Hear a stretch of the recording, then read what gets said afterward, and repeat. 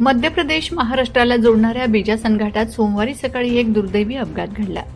Highway कंपनीकडून सुरू असलेल्या रस्ता दुरुस्ती व कायाकल्प कामादरम्यान एका ट्रकने कामगारांना जोरदार धडक दिली।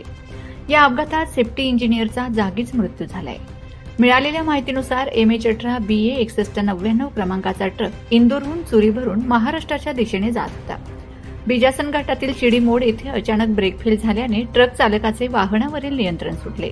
अनियंत्रित ट्रकने रस्त्यावर काम करत असलेल्या कर्मचाऱ्यांना धडक दिली आणि नंतर बाजूला उभ्या असलेल्या TN 55 BX 8854 क्रमांकाच्या डंपरला जाऊन धडकला।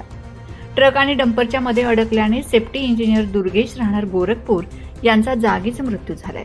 घटनेची माहिती मिळताच बिजासन चौकीचे प्रधान आरक्षक मुकेश यादव, आरक्षक राकेश सिलोजे तसेच हायवे कंपनीचे कर्मचारी घटनास्थळी दाखल झालेत।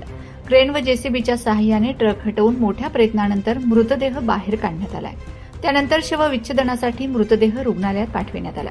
दरम्यान बिजासन घाटात वारंवार घडणाऱ्या अपघातांमुळे हायवे कंपनीच्या सुरक्षा व्यवस्थेबाबत प्रश्न उपस्थित होत असून नागरिकांमध्ये संतापाची भावना व्यक्त होत आहे।